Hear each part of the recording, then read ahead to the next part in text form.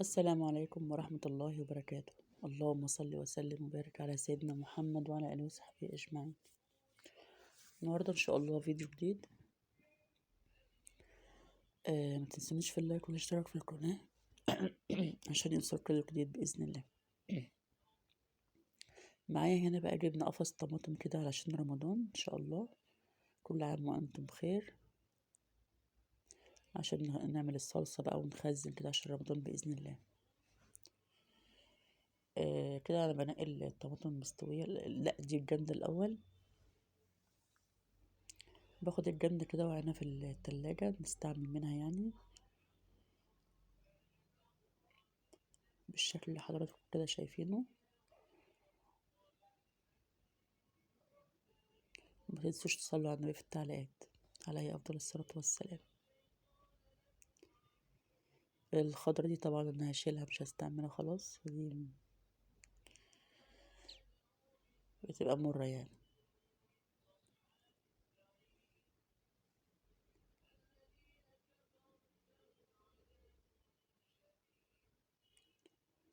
بفضل بقى انقيها كده الجامدة لوحدها والمستوية لوحدها. دي تقريبا المستوية دي.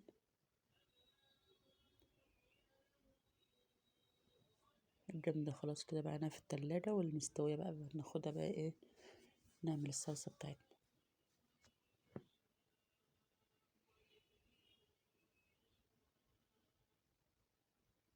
ما قلتلكوش بقى القفص الطماطم ده احنا جايبينه 135 جنيه.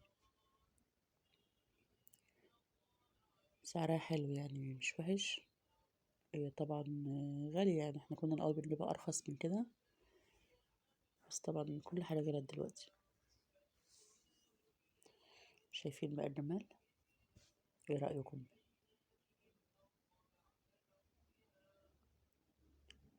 دي كده بقى المستوية اللي أنا هنقيها، التانية كانت الجامدة.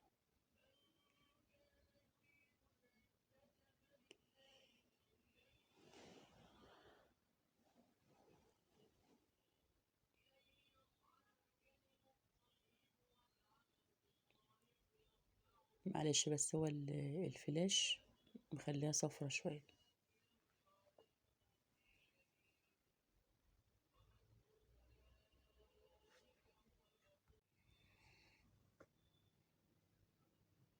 كده أنا خدت الجامدة خلاص عينتها في التلاجة، دي بقى المستوية.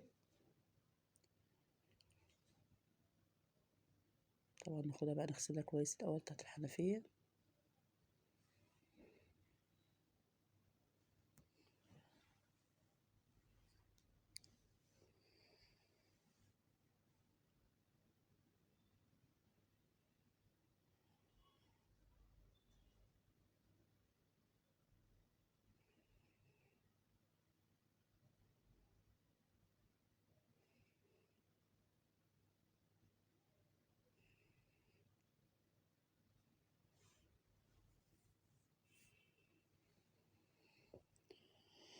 لا إله إلا الله محمد رسول الله عليه الصلاة والسلام.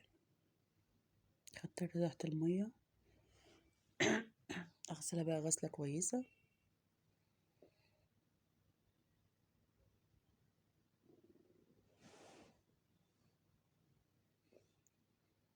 الفلاش بس بتاع الموبايل مخليها صفرة شوية، إنما هي ما شاء الله كانت حمرا يعني وحلوة أوي بصراحة.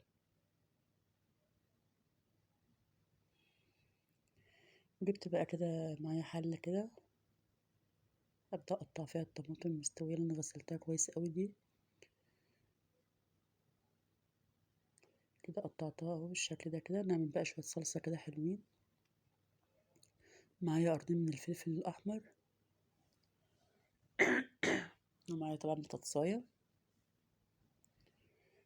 مش كبيرة يعني ولا حاجة، بطاطساية صغيرة أو متوسطة.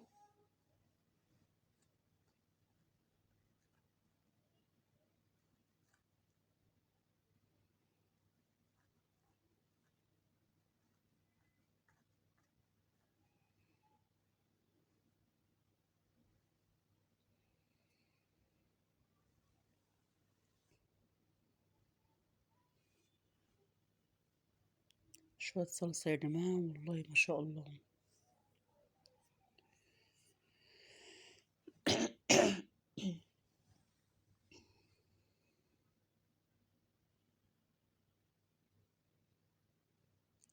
معايا طبعا كده بندقية حلوة برضو، احطها معاهم وتخلي لونها برضو احمر وجميل. انا عملت معاها رز صلصة قبل كده، بس ما كنتش حطيت فيها الفلفل والبنجر والحاجات دي يعني. يعني دي فيها زيادة شوية اضافات. حطيتها بقى على النار كده وغليت بالشكل ده كده. معايا بقى طماطم تانية برضو كده متقطعة، دي بقى هضربها كده في الخلاط، تبقى يعني ايه فريش كده، مش صلصة ولا حاجة، عشان نبقى عاملين من ده ومن ده.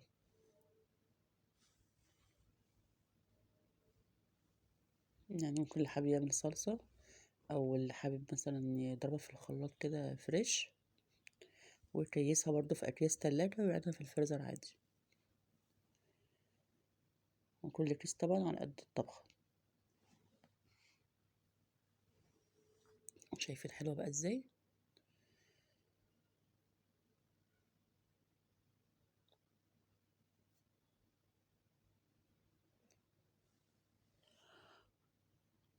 اللي حابب يعملها كده ماشي، اللي عايز بقى يعملها صلصة بتبقى حلوة برضو.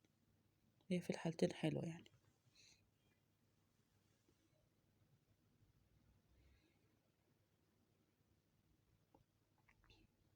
جميلة يا جماعة والله ما شاء الله.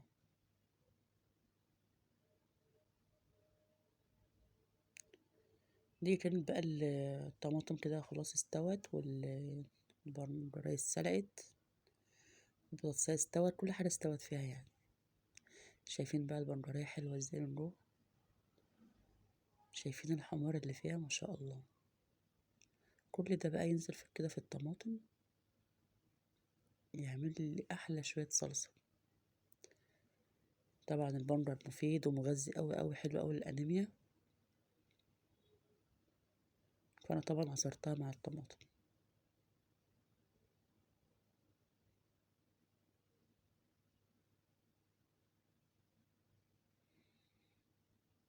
اقلبهم بقى كده مع بعض بالشكل ده.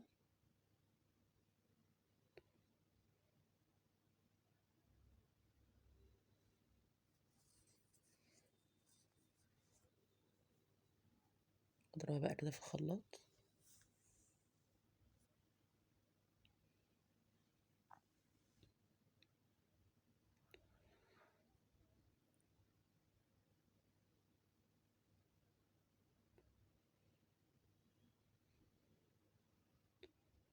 جربوها كده بالطريقة دي وقولوا لي ايه رأيكم.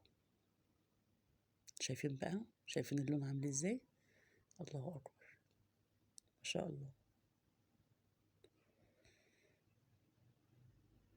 طبعا الطماطم حمرا، بس البندراية زودت الحمر اكتر.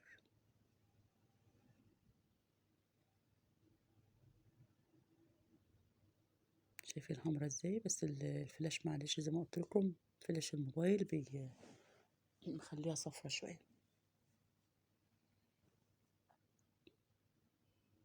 شايفين الجمال ما شاء الله.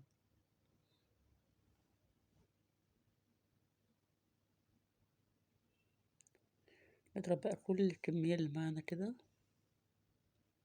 في الخلاط.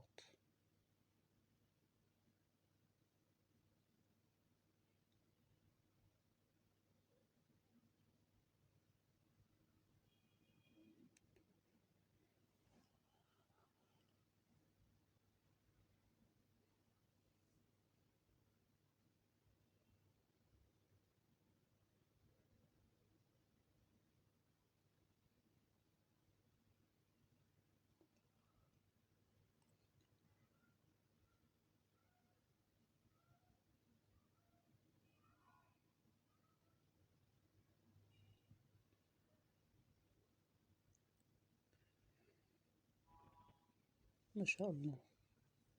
عندي أكياس تلاجة بقى، أبدأ أكيسها كده. وطبعا كل واحد بقى بيبقى عارف مثلا هو بيطبخ ازاي، يعني ايه المقدار اللي يكفيه بيعمل على قد طبخة. يعني شايفين بقى الريس كلها بالشكل ده كده، شايفين